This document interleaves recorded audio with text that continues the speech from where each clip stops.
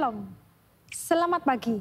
Kami menyambut dengan hangat Bapak, Ibu, saudara-saudari sekalian dimanapun Anda berada.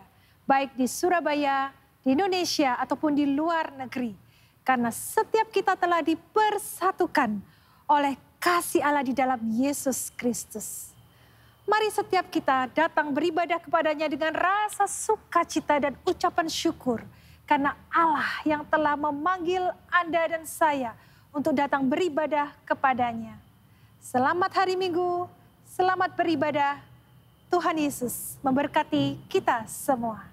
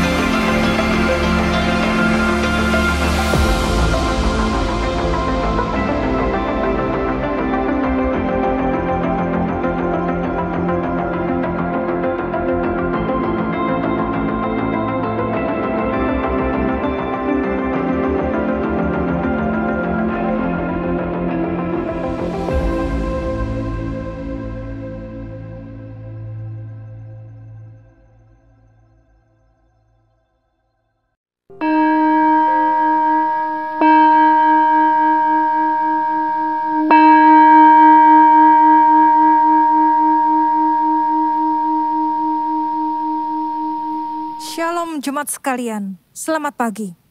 Kita semua bersyukur bahwa Tuhan telah memanggil setiap kita untuk datang beribadah kepadanya. Saya ajak setiap kita bangkit berdiri di rumah masing-masing. Dan mari kita berdiam diri di hadirat-Nya yang Maha Kudus.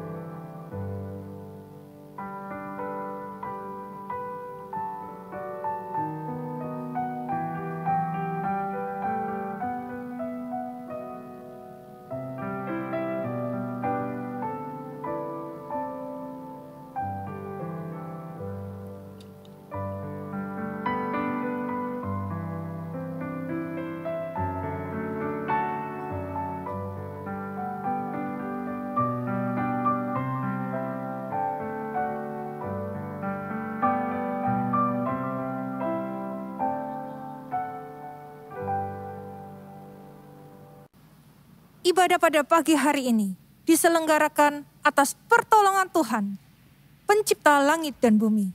Turunlah atas kita sekalian damai sejahtera dari Allah Bapa, Allah Putra, dan Allah Roh Kudus. Mari kita memberikan penghormatan kita yang tertinggi kepada Allah Tritunggal.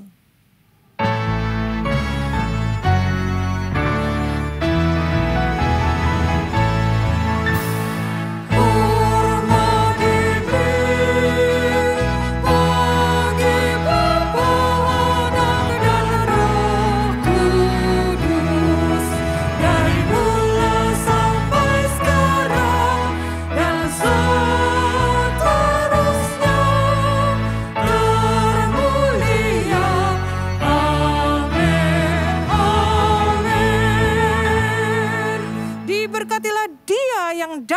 dalam nama Tuhan, kami memberkati kamu dari dalam rumah Tuhan. Tuhanlah Allah, Dia menerangi kita. Allahku engkau, aku hendak bersyukur kepadamu. Allahku, aku hendak meninggikan engkau. Mari kita meninggikan Tuhan kita, bukit batu, kubu pertahanan, dan tempat kita berlindung. Datang menyembah Raja yang mulia. Kita pujikan bersama lagu ini. Datang menyembah Raja yang mulia, ku mau memuji tentang kasih-Nya. Sejak dahulu Dialah pelindungku, Dia bertahta di sorga penuh mulia. Tuhan berpakaian keagungan dan semarak, berselimutkan terang seperti kain, yang membentangkan langit seperti tenda. Biarlah kemuliaan Tuhan tetap untuk selama-lamanya. Datang memuji kasih besar-Nya, terang jurang-Nya, langit tirai-Nya. Allah datang menembus awan gelap, guntur angin topan tak merintanginya.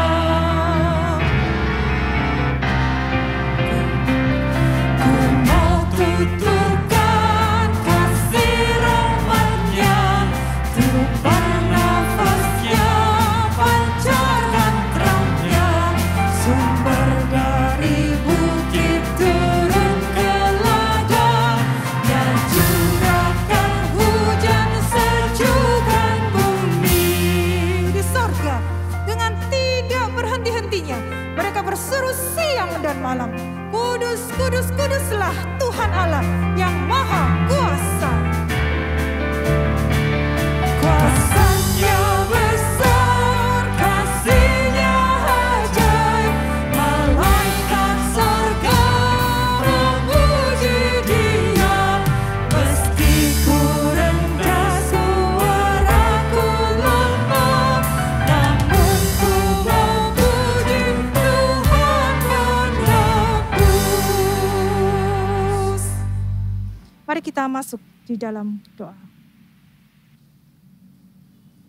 Ya Tuhan dan Allah kami, Engkau layak menerima puji-pujian dan hormat dan kuasa, sebab Engkau telah menciptakan segala sesuatu dan oleh karena kehendak-Mu semuanya itu ada dan diciptakan. Tuhan, kami sungguh bersyukur untuk kuat kuasa-Mu yang terus memegang kendali isi dunia ini. Dan Tuhan, pada saat ini kami memberanikan diri untuk berdoa kepada Tuhan walaupun kami ini debu dan abu di hadapan-Mu. Untuk memohon ampun atas semua dosa dan kesalahan kami. Tuhan, Engkau selalu meminta agar kami mati terhadap kedagingan kami. Tuhan, itu sulit. Dan kami sering kali hidup dalam kedagingan kami. Kami melakukan dosa-dosa yang najis, melakukan hawa nafsu yang jahat. Masih serakah dan selalu merasa tidak cukup. Oh Tuhan, ampunilah kami. Karena semuanya ini adalah kekejian di mata Tuhan. Hari ini, melalui lagu, melalui doa, melalui firman Tuhan, kami rindu sekali lagi mengingat kebaikan Tuhan, mengingat kebesaran Tuhan, mengingat pengorbanan Tuhan di atas kayu salib bagi setiap kami. Kami mau memuliakan Tuhan dalam hidup ibadah kami hari ini dan untuk 1 minggu ke depan dan seterusnya. Oh Tuhan yang Maha Kuasa, terimalah persembahan hidup ini. Dan kiranya hidup kami dan hati kami boleh memperkenankan hati Tuhan. Inilah permintaan kami, manusia-manusia yang adalah debu dan abu di mata Tuhan. Di dalam nama Tuhan Yesus, Sang Terang yang telah datang ke dunia, kami bersyukur dan memohon ampun. Amin. Setiap kita yang telah mengaku dosanya di hadapan Tuhan. Mika 7:18-19. memberikan jaminan anugerah kepada setiap kita.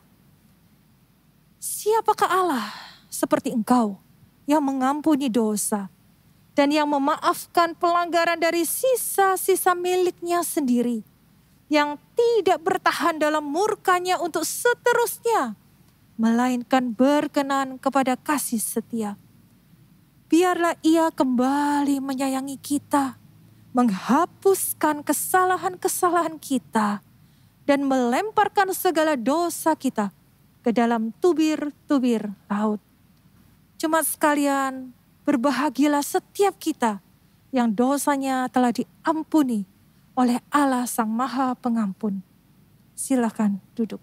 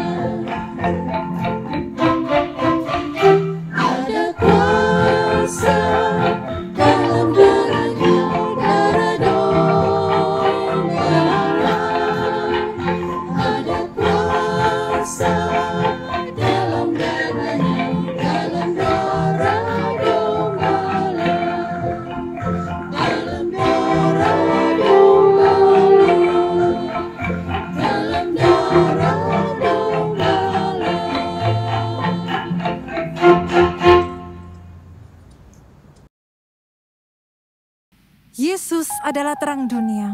Perkataan ini dikatakan Yesus ketika Dia menyembuhkan seorang yang buta dan akhirnya dapat melihat kembali. Saudara sekalian, kita seringkali seperti orang buta itu. Kita buta rohani, kita buta firman Tuhan. Mari saat ini melalui lagu ini saya ajak setiap kita, buka hati kami Tuhan, agar kami dicelikan untuk dapat melihat Engkau, melihat keindahan firman Tuhan, sehingga kami dapat mengasihi-Mu lebih dalam. Terang dunia masuk ke dalam gelap, bukakanlah mataku, agar ku lihat keindahan-Mu, hanya Kau harapanku. Ku datang berbuka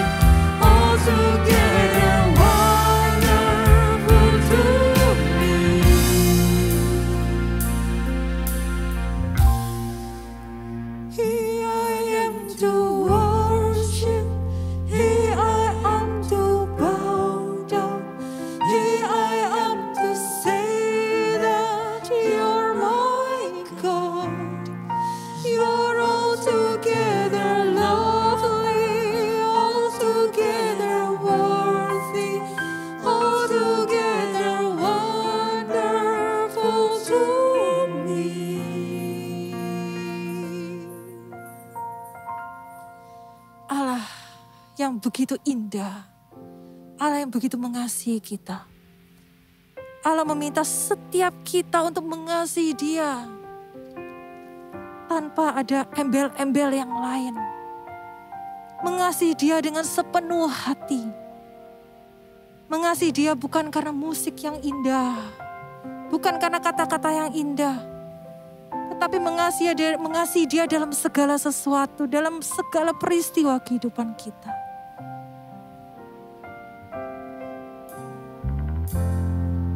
When the music fades, all is strips away, and I simply come,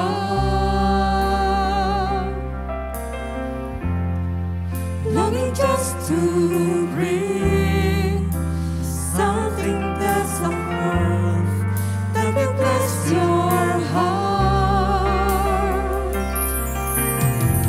I'll bring you more than a song, for a song in itself is not what you have required. You search much deeper within, through the way things appear. You're looking into my heart. I'm coming back to the heart of worship, and it's all about you. It's all about you, Jesus. I'm sorry, Lord, for the things I've made it, when it's all about you. It's all about you, Jesus.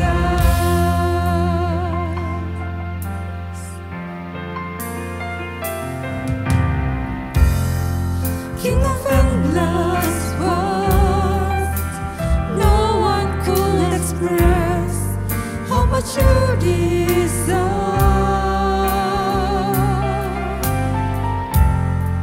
Though I'm weak and poor, all I have is yours, every single breath. I'll bring you more than a song, for a song in itself is not what you have required. You search much deeper within, through the way things appear. You're looking into my heart.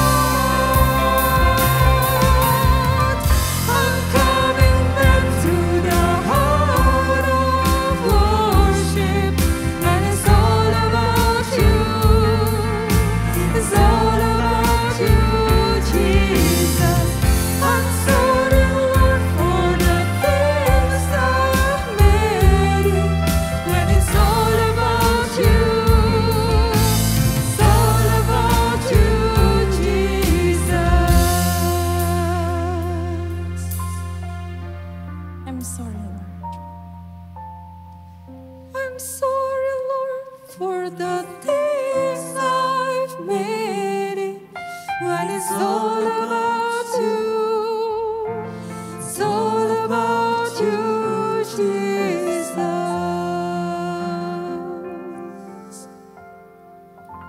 Tuhan, hati kami terbuka di hadapan-Mu. Tidak ada yang bisa kami tutup-tutupi ketika kami berada di hadirat Tuhan. Sekali lagi kami mohon ampun bila kami mengikut Tuhan karena kami ingin sesuatu daripada Tuhan, ingin berkat Tuhan. Ampuni kami Tuhan.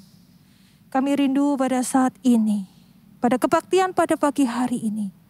Hati kami sekali lagi terbuka di hadapan Tuhan. Kami mau jujur, ini kami Tuhan.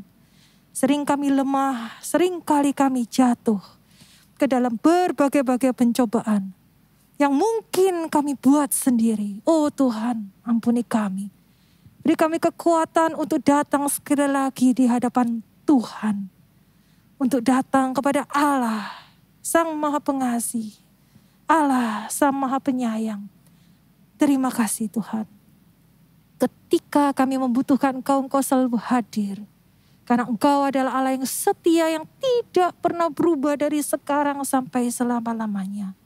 Kami sungguh bersyukur mempunyai Allah seperti Engkau. Tuhan, doa-doa syafaat yang kami naikkan, kiranya Tuhan mendengarkannya. Kami berdoa Tuhan, kasihanilah dari jemaat kami, ada beberapa keluarga yang kena COVID. Tuhan, di mana ada klaster keluarga yang terjadi Tuhan. Kami berdoa dan menyerahkan setiap mereka ke dalam tangan Tuhan. Agar melalui dokter, melalui obat-obatan mereka bisa bertahan dan dipulihkan dan disembuhkan. Kami rindu Tuhan keluarga-keluarga ini kembali boleh hidup sehat dan boleh beraktivitas dengan baik. Dan mereka semua boleh memuliakan nama Tuhan. Kami berdoa Tuhan, dalam masa-masa penantian untuk kesembuhan, Tuhan berikan kepada mereka hati yang sungguh-sungguh mau mencari Tuhan. Hati yang sungguh-sungguh mau depend on you Tuhan. Kiranya Tuhan memberkati setiap keluarga-keluarga yang terkena COVID-19. Kami juga menyerahkan Tuhan untuk setiap diri kami ini. Agar kami boleh mempersiapkan diri kami memasuki Minggu Paskah Tuhan. Kami serahkan diri kami masing-masing agar kami boleh dicelikkan mata rohani kami untuk kebenaran firman Tuhan itu sekali lagi. Bahwa pengorbanan Tuhan di atas kayu salib itu sungguh-sungguh berharga dan menyelamatkan hidup kami. Dan kami rindu Tuhan agar kabar ini boleh kami beritakan kepada saudara-saudara kami, keluarga kami yang belum percaya kepada Tuhan. Agar di masa-masa akhir seperti ini, mereka boleh diselamatkan dan mereka boleh percaya kepada Tuhan Yesus sebagai juru selamat pribadi mereka. Kami juga berdoa untuk negara kami yang terus-menerus menanggulangi COVID-19. Kami berdoa kiranya Tuhan berbelas kasihan melalui segala usaha yang pemerintah lakukan. Kiranya Tuhan memberkati. Banyak dari anak-anak-Mu yang terus berdoa dan terus berdoa. Dan Tuhan tolong dengarkan doa-doa kami. Tuhan, ada doa-doa syafaat yang kami selalu naikkan di rumah kami masing-masing. Di kamar kami, dengan tangisan kami, dengan jeritan kami. Hanya Engkau yang mendengarkannya. Hanya Engkau yang mengerti isi hati kami. Kiranya Tuhan memberikan kekuatan kepada kami untuk hidup di dalam segala hal yang kami tempuh pada saat ini. Karena kami percaya janji-janji Tuhan itu setia adanya. Inilah doa-doa syafaat yang kami naikkan di altar Tuhan. Dan kami membawa segala doa dan permohonan kami. Seperti doa yang Tuhan Yesus ajarkan kepada setiap kami. Bapa kami yang di sorga, dikuduskanlah nama-Mu. Datanglah kerajaan-Mu, jadilah kehendak-Mu di bumi seperti di sorga. Berikanlah kami kepada kami hari ini makanan kami yang secukupnya, dan ampunilah kami akan kesalahan kami, seperti kami juga mengampuni orang yang bersalah kepada kami. Dan janganlah membawa kami ke dalam pencobaan, tetapi lepaskanlah kami daripada yang jahat. Karena Engkaulah yang mempunyai kerajaan dan kuasa dan kemuliaan sampai selama-lamanya. Amin. Jemaat sekalian, mari setiap kita bangkit berdiri dan kita mengucapkan pengakuan iman rasuli kita. Yang berbunyi demikian, aku percaya kepada Allah Bapa yang Maha Kuasa, Khalik langit dan bumi, dan kepada Yesus Kristus anaknya yang tunggal Tuhan kita, yang dikandung dari Roh Kudus, lahir dari anak darah Maria, yang menderita sengsara di bawah pemerintahan Pontius Pilatus, disalibkan, mati dan dikuburkan, turun ke dalam kerajaan maut. Pada hari yang ketiga, bangkit pula dari antara orang mati, naik ke sorga, duduk di sebelah kanan Allah, Bapa yang Maha Kuasa. Dan dari sana ia akan datang untuk menghakimi orang yang hidup dan yang mati. Aku percaya kepada Roh Kudus, gereja yang kudus dan am, persekutuan orang kudus, pengampunan dosa, kebangkitan tubuh, dan hidup yang kekal. Amin. Jemaat dipersilakan duduk kembali. Sebuah lagu yang kita sudah mungkin lama kenal, kita berpuluh-puluh tahun kita kenal.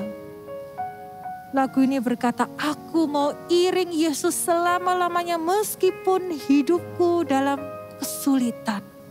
Kita seringkali jatuh dan bangun dan Yesus itu setia.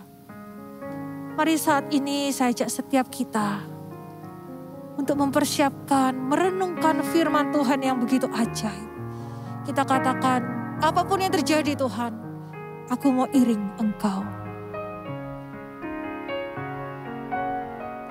Saya mau iring Yesus, saya mau iring Yesus,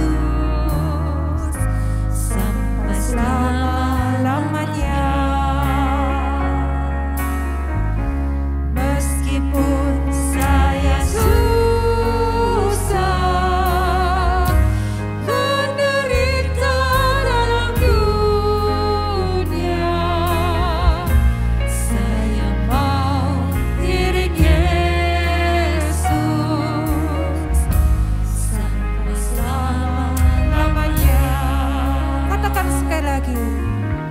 Saya mau iring Yesus, saya mau iring Yesus sampai selama-lamanya. Meskipun saya susah, menderita dalam dunia, saya mau iring Yesus sampai selama-lamanya.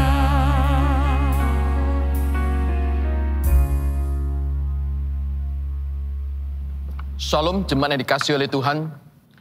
Kita bersyukur minggu ini kita bisa kembali bersama-sama beribadah di hadapan Tuhan. Saya mengajak kita bersama-sama menyiapkan diri untuk satu bagian firman Tuhan yang akan kita baca dan kita renungkan bersama dalam ibadah kita minggu ini. Kita berdoa, kita mohon pimpinan daripada Tuhan. Bapa Surgawi, terima kasih untuk tangan Tuhan yang menggembalakan akan hidup kami, yang menyertai kami, yang memelihara hidup kami. Hari lepas hari kami jalani bersama dengan Tuhan. Minggu lepas minggu kami boleh melihat anugerah demi anugerah yang Tuhan percayakan. Secara khusus minggu ini kami sekali lagi Tuhan izinkan kami mencari wajah Tuhan. Kami beribadah bersama-sama dengan keluarga, kami boleh menyembah kepada Engkau. Biarlah Tuhan berkenan atas apa yang kami kerjakan ya Tuhan. Dan saat ini kiranya Tuhan juga menolong kami, Roh Kudus yang hadir dalam hidup kami, memimpin kami ketika kami membaca dan merenungkan firman-Mu. Pakai hamba-Mu ya Tuhan dalam segala keterbatasan, kesederhanaan, agar firman Tuhan dapat dikomunikasikan dengan baik dan menjadi berkat bagi kami semuanya. Terpujilah Engkau ya Tuhan, dalam nama Yesus kami berdoa dan mengucap syukur. Amin. Mari kita bersama-sama melihat satu bagian firman Tuhan sebagaimana tema yang diberikan oleh pihak gereja, saat jalannya tak terselami. Terambil dari Injil Markus pasal yang ke-8 ayat 31 hingga 33. Firman Tuhan berbunyi demikian. Injil Markus pasal yang ke-8 ayat 31 hingga 33. Kemudian mulailah Yesus mengajarkan kepada mereka bahwa anak manusia harus menanggung banyak penderitaan dan ditolak oleh tua-tua, imam-imam kepala dan ahli-ahli Taurat, lalu dibunuh dan bangkit sesudah 3 hari. Hal ini dikatakannya dengan terus terang, tapi Petrus menarik Yesus ke samping dan menegur dia. Maka berpalinglah Yesus dan sambil memandang murid-muridnya yang memarahi Petrus katanya, "Nyala iblis, sebab engkau bukan memikirkan apa yang dipikirkan Allah, melainkan apa yang dipikirkan manusia." Demikian pembacaan firman Tuhan dalam kesempatan ini. Bapak Ibu yang dikasihi oleh Tuhan, di dalam mengawali khotbah minggu ini, saya akan tunjukkan sebuah foto. Foto ini adalah foto dari seseorang yang bernama Robertson McQuilkin. Dia adalah seorang pengajar, seorang dosen di Columbia International University. Dia mengabdikan hidupnya di sana kurang lebih 22 tahun. Sejak 1968 sampai 1990. Di masa akhir pengabdiannya itu, dia dipercaya atau diangkat sebagai rektor pada masa itu. Nah, di dalam menjalankan kepemimpinannya dalam masa periode dia sebagai rektor, waktu itu dia mengundurkan diri. Dia meletakkan jabatannya karena dia mengatakan dengan satu alasan yang sederhana, yaitu ingin mendampingi atau merawat istrinya yang waktu itu sedang sakit. Nah, ketika teman-teman mendengar bahwa Quilkin ini meletakkan jabatan rektornya itu, banyak rekan-rekannya atau kerabatnya, para dosen yang lain itu sulit menyelami jalan pikiran daripada McQuilkin ini. Kenapa? Karena di saat orang sedang berjuang mati-matian untuk meraih jabatan sebagai rektor, gitu ya. Setelah mereka mengajar, mengabdi sekian waktu di universitas, kok kali ini justru kita lihat mereka merasa jabatan ini kok dilepas oleh McQuilkin ini. Hanya dengan satu alasan, ingin mendampingi atau merawat istrinya. Rekan-rekannya tidak habis berpikir, kenapa justru jalan ini yang diambil gitu ya. Ketika dia sudah meraih jabatan rektor itu, bukankah jabatan ini adalah satu jabatan yang diidamkan, satu jabatan yang prestisius, tapi justru dia meletakkan jabatan itu setelah dia menjalani atau dipercaya sebagai rektor. Demikian juga dengan apa yang dikatakan itu jalan penderitaan atau jalan salib yang dipilih oleh Yesus Kristus. Ketika kita membaca bagian firman Tuhan di dalam Markus pasal yang ke-8 ini, manusia juga sulit memahami dan mengerti. Kenapa harus jalan ini? Kenapa bukan yang lain? Kenapa jalan penderitaan atau jalan salib yang harus diambil? Terlebih kalau kita lihat itu ya, dikaitkan dengan pribadi atau sosok daripada Yesus Kristus. Banyak orang juga yang sangat sulit mengerti atau gagal paham siapakah Yesus sesungguhnya gitu loh. Ada orang yang beranggapan pada waktu itu dan bahkan sampai hari ini gitu ya, Kristus hanya sekedar seorang tokoh agama. Dia salah satu nabi atau orang baik, hanya berhenti sampai di situ dan tidak lebih daripada itu. Pemahaman yang seperti demikian ini bukan saja bisa terjadi pada orang-orang yang tidak percaya kepada Kristus. Bahkan orang yang sudah lama, yang sudah mengikut Kristus dan percaya kepada Kristus, mereka juga akan terjebak dengan pemahaman yang demikian. Kenapa bisa? Kenapa sulit memahami jalan salib, jalan penderitaan yang dipilih oleh Kristus? Kenapa kita sulit memahami jalan keselamatan yang Allah sediakan bagi engkau dan bagi saya? Saudaraku yang dikasihi oleh Tuhan, dalam kesempatan yang berbahagia ini saya ingin sharekan beberapa hal. Yang pertama, karena pikiran manusia sudah dibelenggu oleh konsep atau keyakinan yang sudah mereka miliki atau mereka bangun. Nah, ini yang menyebabkan sulit untuk memahami jalan keselamatan, jalan penderitaan yang diambil oleh Kristus. Jika kita memperhatikan firman Tuhan yang kita baca minggu ini, bagian ini diawali dengan Markus pasal yang ke-8 ayat 27 hingga 30. Satu perikop firman Tuhan yang berbicara tentang orang waktu itu memperbincangkan siapakah Yesus ini sesungguhnya. Ada orang yang berkata bahwa Yesus itu adalah Yohanes Pembaptis. Ada yang berkata bahwa Yesus ini adalah Elia. Tapi juga ada orang yang berkata dia adalah salah satu nabi yang lain. Ketika perbincangan itu berkembang, lalu Yesus bertanya kepada para murid, sekarang menurut kamu, siapakah aku ini? Maka Petrus dikatakan dengan sigap di dalam perikop firman Tuhan ini menjawab, engkau adalah Mesias. Engkau adalah Mesias, anak Allah yang hidup ini. Satu jawaban yang sangat benar. Satu jawaban yang sangat tepat dan sangat akurat. Walaupun demikian kalau kita baca terus, sesudah perikop pengakuan daripada Petrus, pengenalan Petrus terhadap Kristus bahwa dia adalah Mesias.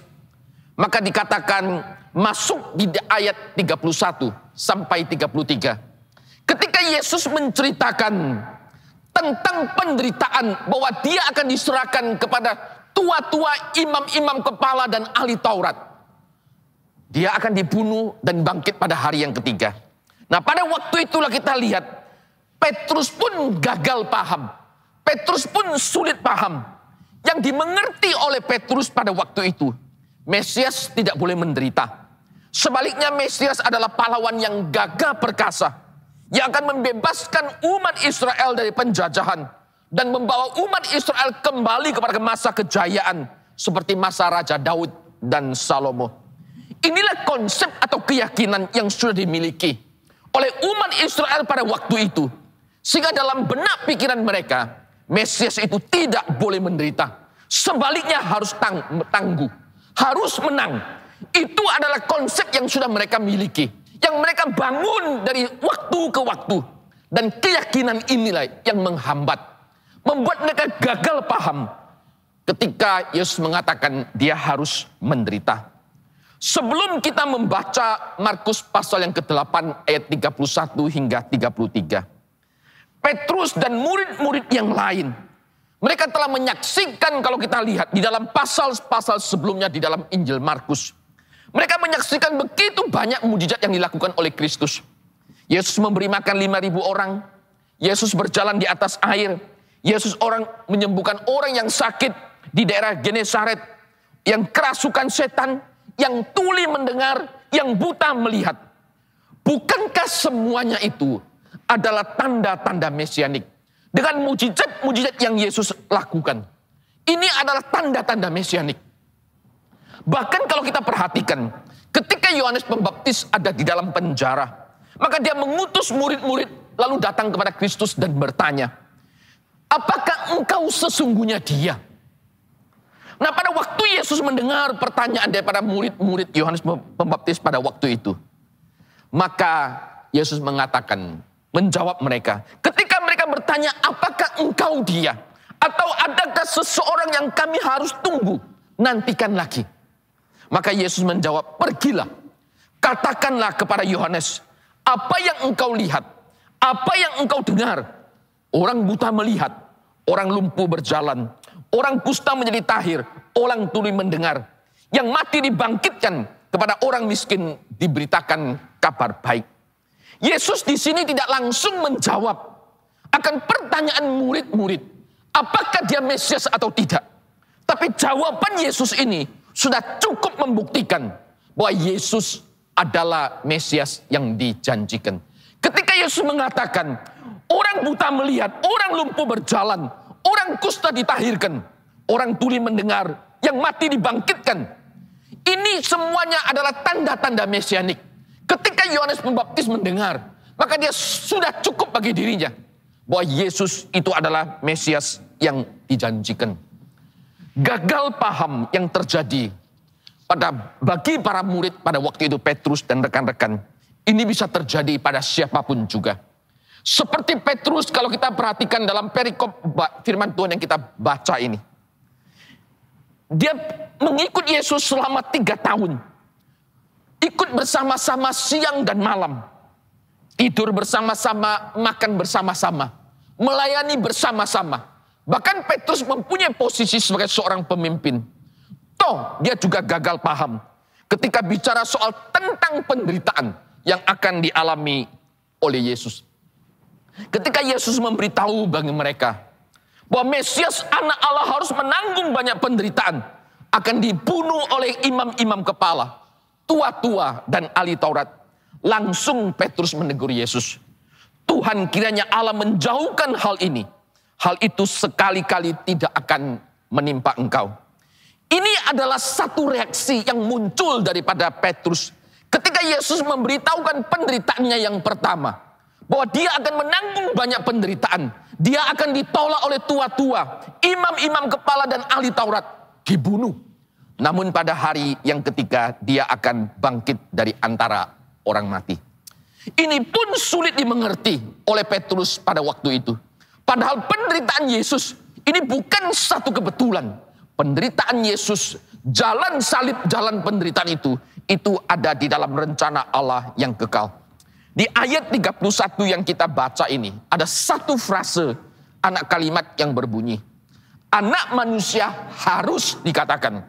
Anak manusia harus. Nah, kata anak manusia harus ini adalah menunjukkan bahwa Yesus jelas memahami misinya di dalam dunia ini.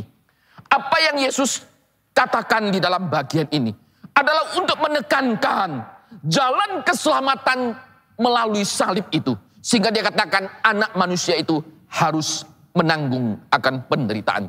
Ini adalah satu jalan yang dengan penuh kesadaran yang diambil oleh Kristus. Dan itu adalah dalam rencana Allah yang kekal.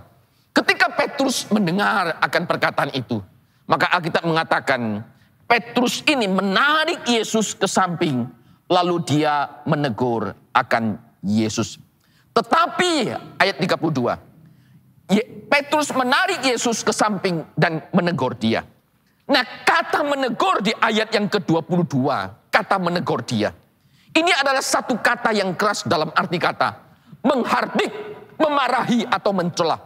Kata yang sama di dalam ayat ini juga digunakan di dalam beberapa tempat dalam bagian yang lain. Misalnya Markus pasal yang pertama ayat 25, Markus pasal yang keempat ayat 39, Markus pasal 9 ayat yang ke-25. Kata ini ditujukan adalah ketika Yesus menghardik roh jahat, atau ketika Yesus menghardik angin ribut dan meredakan angin ribut ini. Jadi kata menegur ini adalah satu kata hardikan yang begitu luar biasa kerasnya dilakukan oleh Petrus.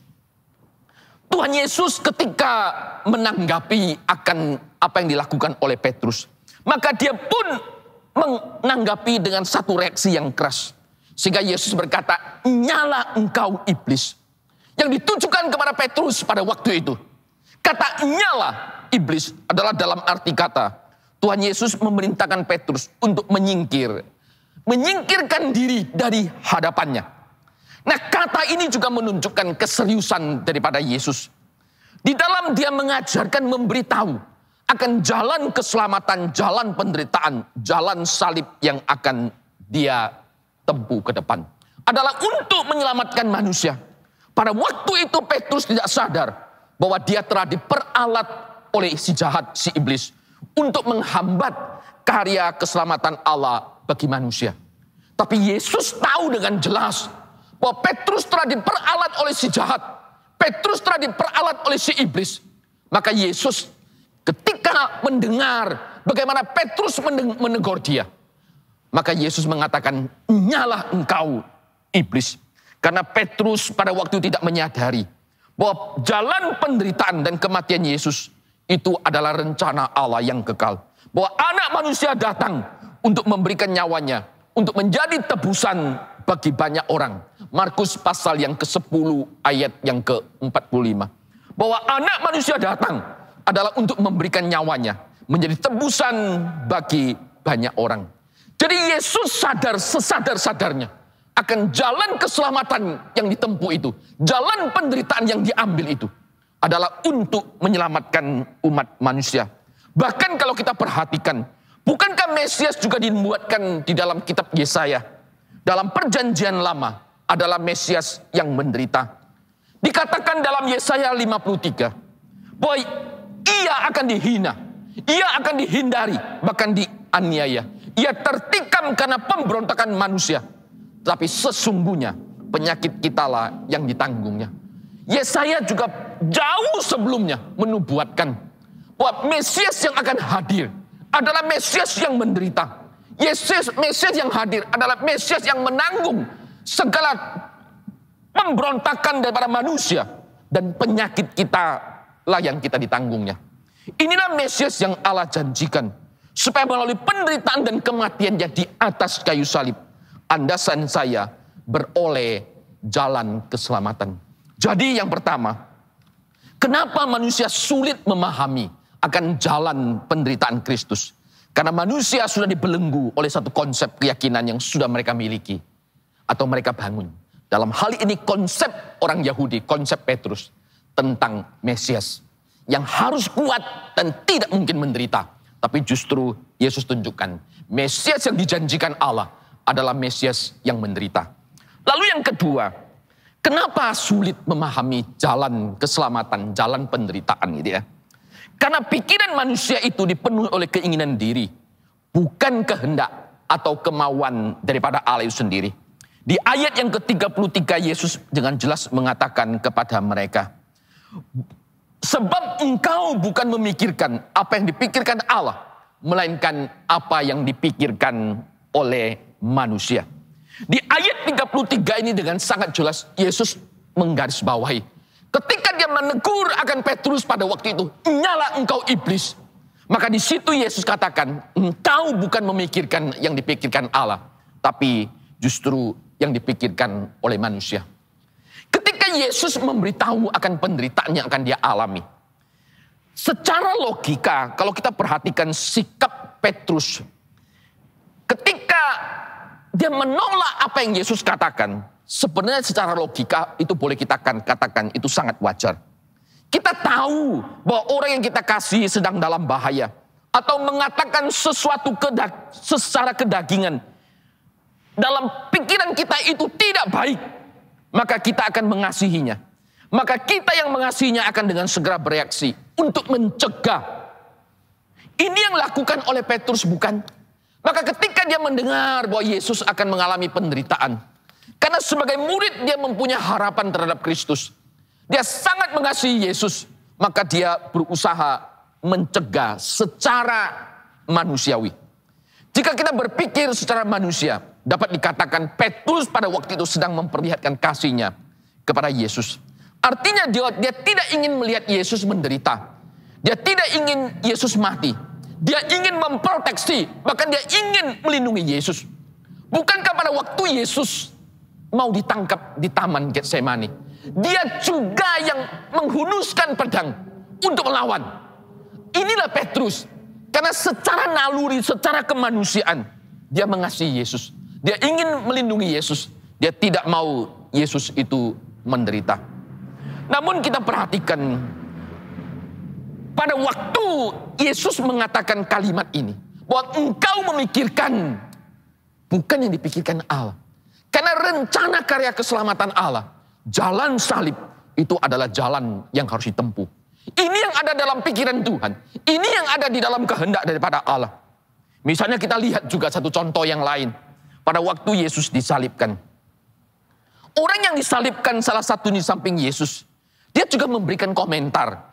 Di dalam Lukas pasal yang ke-23 ayat 39. Bukankah engkau adalah Kristus, yang artinya Mesias, yang artinya diurapi. Selamatkanlah dirimu dan selamatkanlah kami. Karena manusia secara lahiriah selalu akan berpikir, bagaimana mungkin engkau bisa menyelamatkan orang lain kalau engkau tidak bisa menyelamatkan dirimu sendiri? Bagaimana mungkin manusia diselamatkan melalui jalan penderitaan atau jalan salib? Bukankah salib itu adalah tanda kutukan? Manusia selalu ingin menghindar. Tidak ada yang mau mati dengan cara yang demikian. Itu adalah pikiran manusia. Secara logika manusia berpikir, ini adalah cerminan pikiran manusia yang dipenuhi oleh keinginan diri. Tapi manusia tidak memikirkan apa yang dipikirkan atau direncanakan atau kehendak daripada Allah. Pada waktu kita mencoba memahami apa yang Tuhan kehendaki, maka kita akan berkata seperti Paulus berkata di dalam Galatia pasal yang ketiga ayat 13. Kristus telah menebus kita dari kutuk Taurat dengan jalan menjadi kutuk karena kita. Sebab ada tertulis, terkutuklah orang yang digantung pada kayu salib. Petrus dalam hal ini dia melihat dari satu perspektif yang berbeda. Betul secara manusia, dalam pikiran konsep berpikir manusia, salib itu adalah kutukan yang harus dihindari. Tapi justru dari pimpinan dan kehendak daripada Allah, justru Paulus mengatakan, pada waktu Kristus menjadi kutuk, itu semuanya karena kita. Dia ingin menebus kita. Ini adalah pikiran Allah. Ini adalah kehendak Allah. Ini adalah rancangan yang datang daripada Allah. Nah, oleh itu tidak heran kenapa Yesus bisa menegur akan Petrus. Menyala engkau iblis, sebab engkau bukan memikirkan apa yang dipikirkan oleh Allah, melainkan apa yang dipikirkan oleh manusia. Karena secara manusia, Yang kita pandang, kita penting adalah diri. Keselamatan diri, kenyamanan diri. Dalam hal inilah kita lihat Petrus itu gagal paham dengan murid-murid yang ada. Manusia hari ini pun bisa mengalami hal yang sama. Mereka menolak Mesias anak Allah. Ketika kita memberitahu bahwa Yesus menyelamatkan engkau melalui jalan salib, maka banyak orang secara daging, secara lahiriah juga sulit memahami. Bagaimana mungkin harus melalui penderitaan? Bagaimana mungkin harus melalui jalan salib? Kalau orang yang begitu lemah, dia sendiri tidak bisa menyelamatkan dirinya. Bagaimana mungkin dia bisa menyelamatkan orang lain? Tapi justru disinilah Yesus tunjukkan bahwa justru melalui penderitaannya itu, disitulah dia mematahkan kuk daripada Taurat itu, kuk daripada dosa, kutuk daripada dosa, agar manusia boleh diselamatkan di dalam Tuhan. Misi Kristus adalah misi Allah, bahwa Yesus harus menyelamatkan manusia melalui jalan penderitaan, melalui jalan salib, itu jalan kematian. Tapi pada hari yang ketiga dikatakan, dia akan bangkit dari antara orang mati. Saudaraku yang dikasihi oleh Tuhan, bukankah hari ini banyak anak Tuhan juga seperti Petrus, yang mereka hanya mau mengenal Yesus sebagai Mesias yang memberkati, Mesias yang memberikan kelancaran, dan mereka menyangkal akan Mesias yang menderita. Ini diekspresikan dengan sikap mereka, cara berpikir mereka ketika mereka mengikut Yesus. Percaya kepada Yesus pasti diberkati, sehat dan makmur. Menolak semua yang dikaitkan dengan kelemahan atau penderitaan. Tapi kita lupa sesungguhnya, seperti yang Paulus katakan kepada jemaat di Filipi, sebab kepada kamu dikaruniakan bukan saja untuk percaya kepada Kristus, melainkan juga menderita bagi Dia. Engkau dan saya bisa percaya dan menikmati anugerah keselamatan dan berkat keselamatan yang datang daripada Allah. Itu satu anugerah yang besar. Tapi engkau dan saya jangan lupa, Paulus katakan, kepada kamu dikaruniakan bukan saja untuk percaya, tapi juga menderita bersama dengan Dia. Jalan penderitaan yang diambil oleh Yesus Kristus itu ada dalam rancangan pikiran daripada Allah yang kekal bagi manusia. Saya akan tunjukkan satu foto lagi. Ini adalah foto daripada Mick Wilkin dengan istrinya. Kembali kepada kisah ketika Mick Wilkin mengundurkan diri dari jabatan rektor. Awalnya tidak banyak orang yang memahami. Rekan-rekannya sulit memahami kenapa dia harus mengundurkan diri. Tapi di kemudian hari rekan-rekannya baru menyadari. Jalan itu diambil oleh Mick Wilkin. Dia meletakkan jabatan rektornya itu di Columbia University itu. Karena dia sangat mengasihi akan istrinya. Dia berkata di dalam doa terakhir sebelum istrinya dipanggil pulang oleh Tuhan. Tuhan Yesus yang baik, Engkau mengasihi Muriel lebih daripada aku mengasihinya. Karena itu jagalah kekasih hatiku sepanjang malam ini. Dan biarlah ia mendengar nyanyian malaikatmu. Amin. Ini adalah doa terakhir yang dipanjatkan oleh Mick Wilkin bagi istrinya yang dia kasihi. Karena dikatakan besok pagi istrinya dipanggil pulang oleh Tuhan. Dia begitu mengasihi istrinya yang waktu itu sakit Alzheimer. Dia sendiri yang turun tangan, dia sendiri yang merawat. Dia meletakkan jabatannya hanya dengan satu alasan.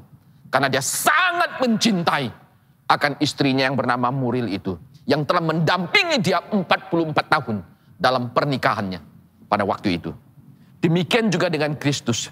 Ketika ia mengambil jalan salib, awalnya para murid juga tidak memahami. Kenapa jalan ini yang dia pilih? Kenapa jalan penderitaan yang dipilih? Kemudian mereka baru menyadari. Karena Kristus mengasihi mereka, karena Kristus mengasihi manusia yang berdosa. Justru dengan penderitaan dan kematian dan kebangkitannya, membuktikan bahwa Yesus adalah Mesias yang telah dinubuatkan oleh para nabi di dalam perjanjian lama. Dialah juru selamat. Petrus mengatakan dalam 1 Petrus pasal yang kedua ayat yang ke-24. Ia yaitu Kristus sendiri telah memikul dosa kita di dalam tubuhnya di kayu salib. supaya kita yang mati terhadap dosa hidup untuk kebenaran. Oleh bilur-bilurnya kamu telah sembuh. Ketika mereka menyadari kebenaran ini, di kemudian hari kita tahu dengan pasti, dengan sangat baik. Para murid Petrus dengan rekan-rekan yang lain, mereka semuanya rela mati bagi Tuhan. Karena mereka tahu jalan penderitaan yang diambil, jalan salib yang diambil oleh Kristus adalah karena Tuhan mengasihi mereka. Tuhan ingin menyelamatkan mereka dari murka dosa dan kutuk daripada maut. Kesadaran inilah yang di kemudian hari, pengetahuan dan pemahaman ini yang di kemudian hari, membuat mereka juga rela mati bagi Tuhan. Bagaimana dengan engkau dan saya hari ini? Kita yang sudah mengikut Tuhan bertahun-tahun, di dalam masa raya kita mempersiapkan diri menyambut Paskah. Ketika engkau dan saya menyadari kasih Tuhan, Allah yang rela mati di atas kayu salib demi engkau dan demi saya, apakah yang bisa kita perbuat bagi Tuhan? Kiranya Tuhan menolong kita. Mari kita berdoa bersama-sama. Bapa Surgawi, terima kasih untuk anugerah-Mu. Ketika kami sulit memahami jalan penderitaan, jalan salib yang Engkau tempuh, Roh Kudus justru yang menolong kami untuk melihat lebih mendalam ya Tuhan, bahwa Mesias Yesus Kristus anak Allah yang hidup itu melakukan itu semuanya semata-mata karena mengasihi kami orang yang berdosa. Tuhan tidak ingin kami tinggal di dalam kematian, tinggal di dalam kutuk dosa. Tuhan ingin menyelamatkan kami. Terima kasih ya Tuhan untuk kasih-Mu yang besar. Kami yang sudah mengalami kasih Tuhan, biar dalam masa raya Paskah seperti ini, hati kami juga boleh berkobar-kobar, mengasihi Engkau dan mengasihi gereja Tuhan. Berkati kami ya Tuhan, dalam masa raya Paskah dan berkati umat-Mu. Dalam nama Yesus kami berdoa dan mengucap syukur. Amin.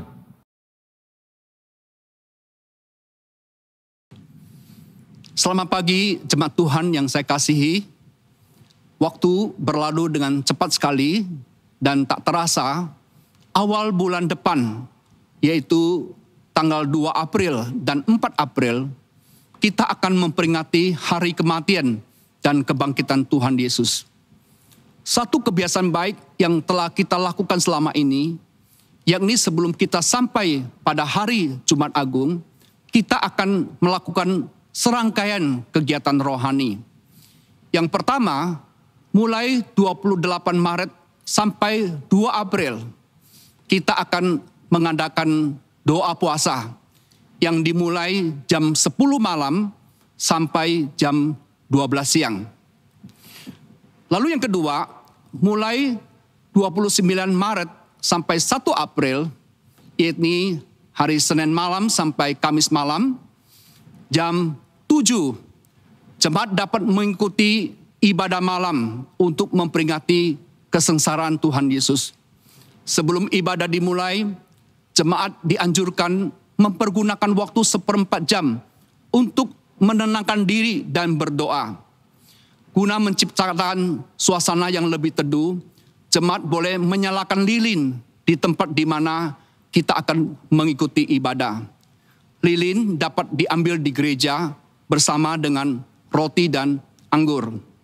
Yang ketiga, pada jam 7 malam, lilin dapat dimatikan dan kita akan memulai ibadah malam secara live streaming. Jemaat bisa menyaksikan acara ini melalui link yang akan dibagikan atau langsung YouTube GKA Gloria. Selesai pemberitaan firman Tuhan, jemaat diberi kesempatan untuk memberikan persembahan dengan mentransfer ke rekening gereja masing-masing.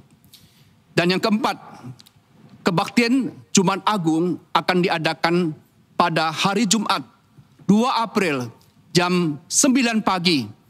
Jemaat bisa mengikuti kebaktian ini melalui link yang akan dibagikan atau YouTube GKA Gloria. Firman Tuhan akan disampaikan di dalam 2 bahasa, yakni bahasa Indonesia dan diterjemahkan ke dalam bahasa Mandarin. Selesai khotbah akan dilanjutkan dengan perjamuan kudus. Yang kelima, kebaktian kebangkitan Tuhan Yesus Kristus akan dilaksanakan pada hari Minggu 4 April pada jam 7 7 pagi memakai 2 bahasa, dan jam 9 memakai bahasa Indonesia. Yang keenam dan yang terakhir, gereja menghimbau jemaat dapat memberikan persembahan Paskah sebagai ucapan syukur kepada Tuhan. Persembahan ini dapat ditransfer ke rekening gereja masing-masing atau dimasukkan ke dalam amplop dan dibawa ke gereja untuk dimasukkan ke dalam kotak persembahan. Demikian pengumuman dari gereja. Kami memohon agar jemaat bisa berpartisipasi di dalam acara ini. Terima kasih, Tuhan memberkati kita. Amin. Saudara sekalian, mari kita meresponi firman Tuhan yang telah kita dengar dengan memberikan persembahan. Dengan cara scan QRIS gereja masing-masing atau transfer ke rekening BCA masing-masing gereja.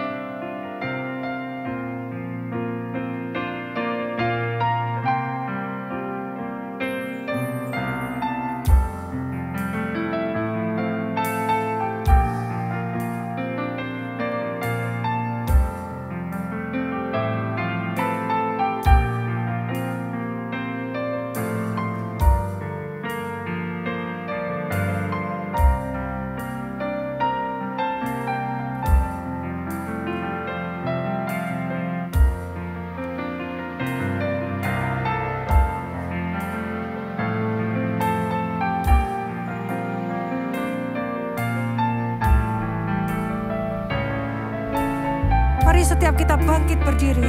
Kita katakan, Tuhan, aku akan mengikut Engkau apapun yang terjadi dalam kehidupanku. Karena Engkau kebenaran yang menyelamatkanku.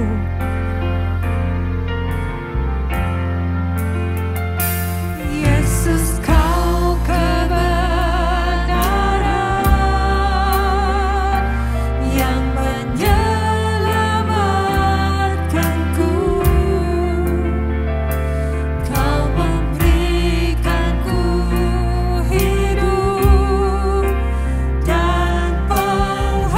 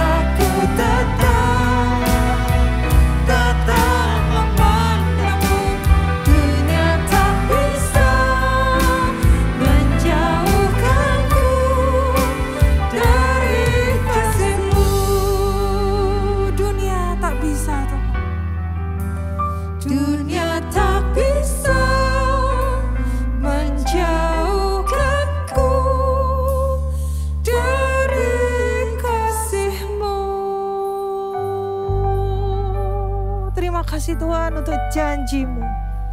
Bahwa Engkau adalah Allah yang selalu menyertai kami. Dalam kehidupan kami yang berliku-liku. Dalam kehidupan kami yang sulit. Khususnya di masa pandemi ini. Ketika kami harus mengangkat salib kami. Menjalani kehidupan hari demi hari yang begitu sulit. Engkau tetap menyertai kami. Kami sungguh bersyukur Tuhan. Sebab itu kami mau memberikan persembahan ini dengan hati yang bersuka cita. Karena Engkau memberkati kehidupan kami. Kami memberikan diri kami sebagai persembahan yang hidup. Dan kami mau terus dikuduskan. Sehingga kami mau memperkenankan hati Tuhan. Sampai kami bertemu dengan Tuhan di sorga nanti. Selama kehidupan ini berikan kekuatan kepada kami menjalani kehidupan kami ini dengan setia. Bersandarkan firman Tuhan. Bersandarkan Engkau. Karena Engkau mengasihi kami dan kami mengasihi-Mu. Terima kasih Tuhan, inilah doa dengan kami sampaikan dengan sukacita beserta pemberian kami. Di dalam nama Tuhan Yesus, Sang Pemberi, kami landaskan doa ini. Amin. Bagi Dia satu-satunya Allah yang penuh hikmat oleh Yesus Kristus, segala kemuliaan sampai selama-lamanya. Amin.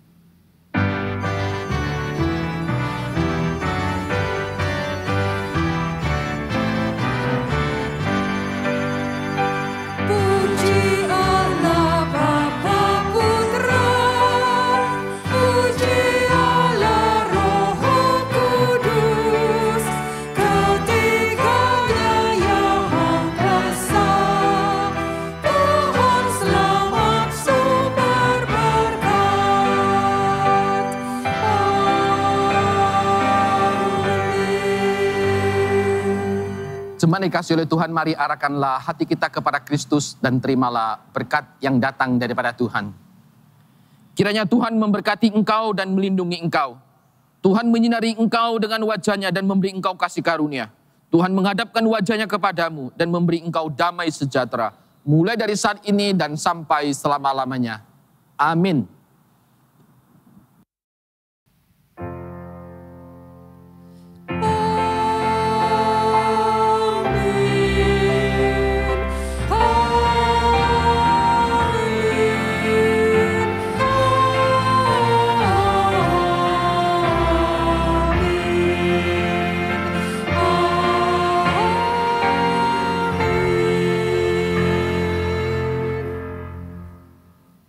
Ibadah kita sampai di sini, jemaat dipersilahkan duduk kembali. Dan mari kita senantiasa hidup bagi Tuhan dan menyenangkan Tuhan dalam hidup kita. Selamat hari Minggu, Tuhan memberkati kita semua.